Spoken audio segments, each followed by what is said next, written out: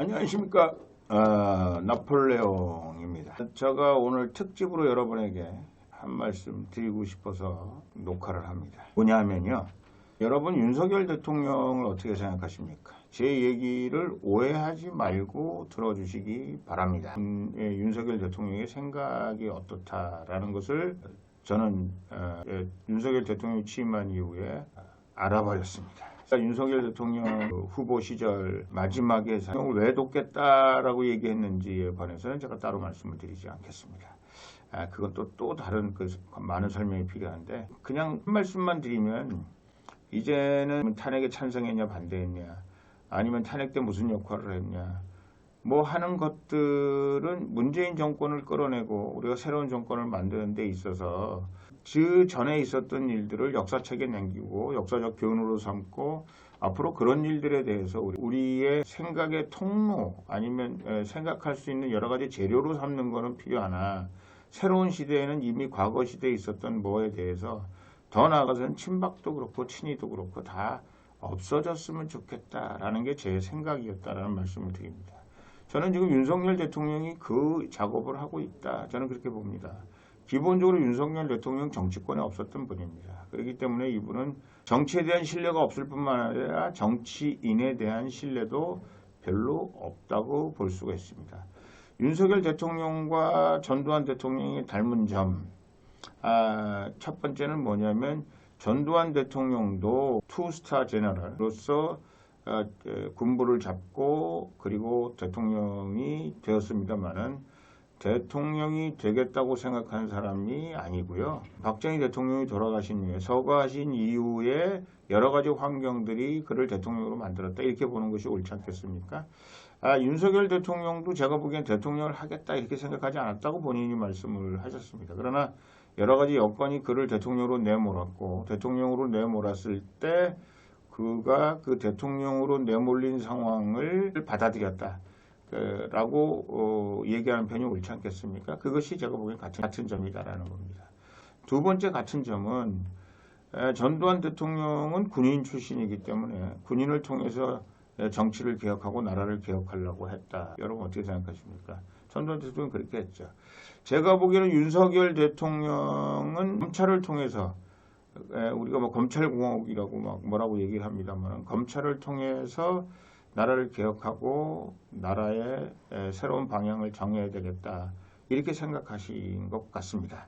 그러나 우리가 이 일에 대해서 조건 실컷 뭐라고 얘기할 수가 없는 것이요, 전두환 대통령은 군인을 잘 알았기 때문에 본인이 잘 아는 군인을 통해서 나라를 바로 세우겠다, 이렇게 얘기할 수밖에 없었다고 생각하고요. 윤석열 대통령은 평생 검찰이었기 때문에 검찰에서 좋은 사람, 또 검찰에서 능력이 있었던 사람, 검찰에서 가능성이 있었던 사람들을 중심으로 나라를 변화하고 개혁하겠다 하는데 생각이 같았다는 겁니다.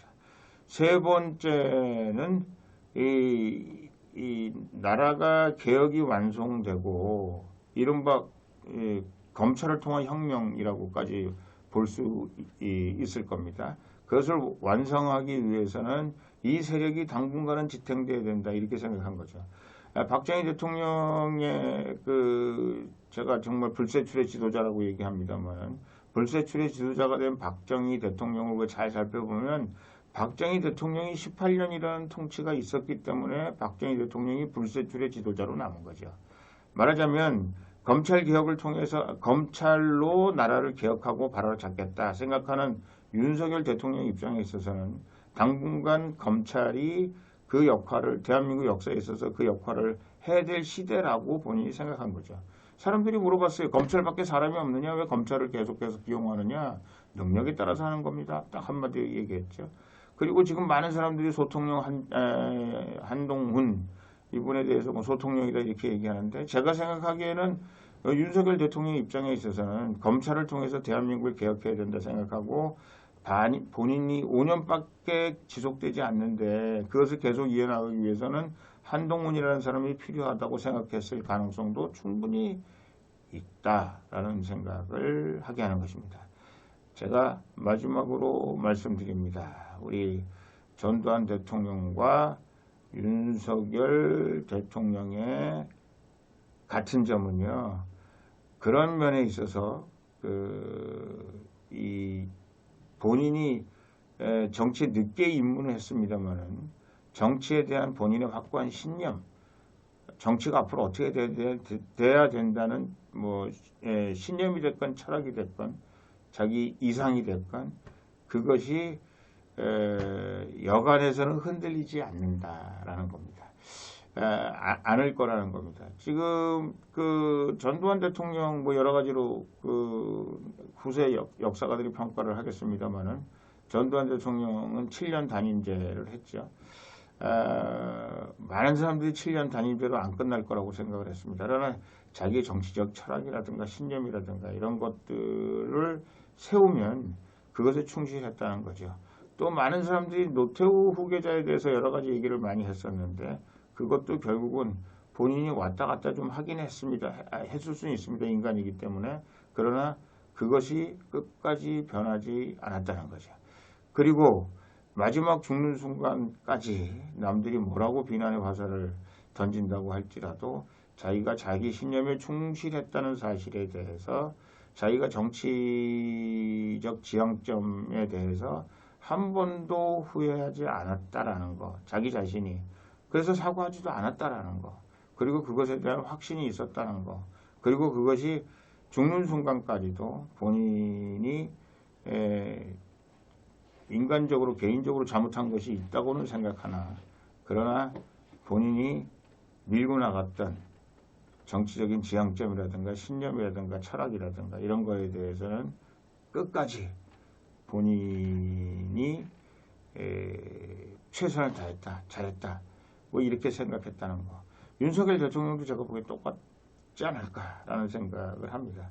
후계 문제라든가 앞으로 사람 발탁하는 데 있어서 매일 전두환 대통령은 군인 출신을 많이 썼죠.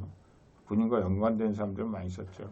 아마 제가 보기에 윤석열 대통령은 검찰 출신들이 계속해서 대한민국의 주축 세력으로 떠오를 거고 또 그분들이 역할을 할 것이라고 생각을 합니다. 그리고 이분이 가지고 있었던 철학이라든가 신념이라든가 정치에 대한 확신이라든가 이런 거는 5년이 아니라 이분이 끝나고 난 뒤에 죽는 그 순간까지도 확신과 신념을 가지고 밀어제낄 것이다 라는 것들을 정권 초기를 보면서 제가 발견할 수 있었다라는 말씀을 드립니다. 우리 윤석열 대통령에 대해서 제가 앞으로 계속 코멘트할 기회가 있겠습니다만 여러분들의 이해를 돕기 위해서 윤석열의 스타트를 보면서 우리가 윤석열 대통령이 무엇을 생각하고 어떻게 나가고 있다라는 것들에 대해서 우리가 생각해야 될 점, 아마 얘기 잘못 들어보셨을 텐데 제가 드리는 말씀이 여러분들에게 윤석열 대통령을 이해하고 윤석열 대통령을 돕고 지지하는데 피가 되고 살이 됐으면 좋겠다라는 말씀을 드리고 계속해서 제가 시리즈로 이런 말씀들을 드리도록 하겠습니다. 오늘 첫째, 윤석열 대통령에 대한 이해 챕터 1 여러분에게 선물 드렸습니다. 감사합니다. 홍문조입니다.